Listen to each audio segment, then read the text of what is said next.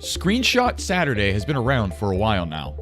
The hashtag is a chance for indie developers to show off their work as it progresses week to week. I've always found it to be a refreshing change of pace from the hyper-competitive business of the AAA market, because here, it's all about everyone's shared passion for the art of making video games.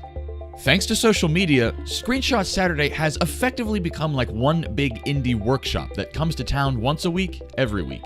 And so, every Saturday, I'll be featuring 5 indie games currently in development that aren't necessarily worthy of full coverage just yet, but are certainly worth noting. However, today it's only going to be 3 because I have a half day to work with. I'm going to see Rogue One.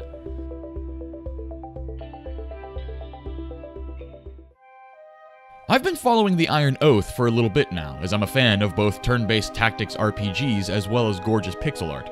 The developers seem to have big plans for it, as their FAQ details their aim for the finished game to have over a dozen different character classes, a permadeath and injury system, a dynamic overworld featuring cities that can be conquered, destroyed, or rebuilt, and various factions that you can help flourish in popularity or watch become extinct.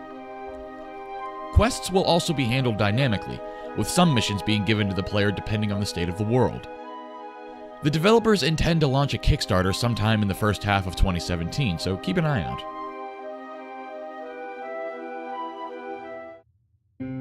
Embracing a low-poly art style, Eat Meat Games is currently working on Sharpflint, which will be a third-person hunting and survival game set in the Paleolithic era. Details are scarce for this one, so take a moment and appreciate the gorgeous screenshots, which personally remind me of some of the beautiful landscapes that Campo Santo's Firewatch blessed us with last year.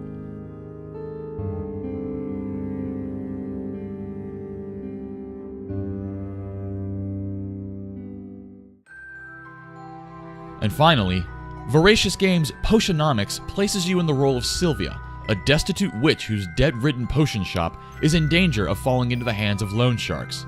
To avoid this, you'll need to properly manage a shop amidst an economy that's always in flux, reacting to factors such as supply and demand, world events, or the conditions of the shop itself. Apart from management duties such as the procurement and mixing of ingredients to brew various types of potions, you'll also be making narrative choices that will affect the economy as well as the characters you encounter. Voracious Games hasn't revealed any actual footage just yet, but these images suggest isometric gameplay, which is fairly typical of management games like this. Most impressive is the animation quality seen in Sylvia herself, during what I assume will be the choice-driven narrative portions of the game. She animates with an extraordinary amount of character reminiscent of early Pixar. Overall, the game's art assets on display here are amazing, and I'm very much looking forward to seeing how it all comes together in practice. One of the most enjoyable aspects of my work is the discovery.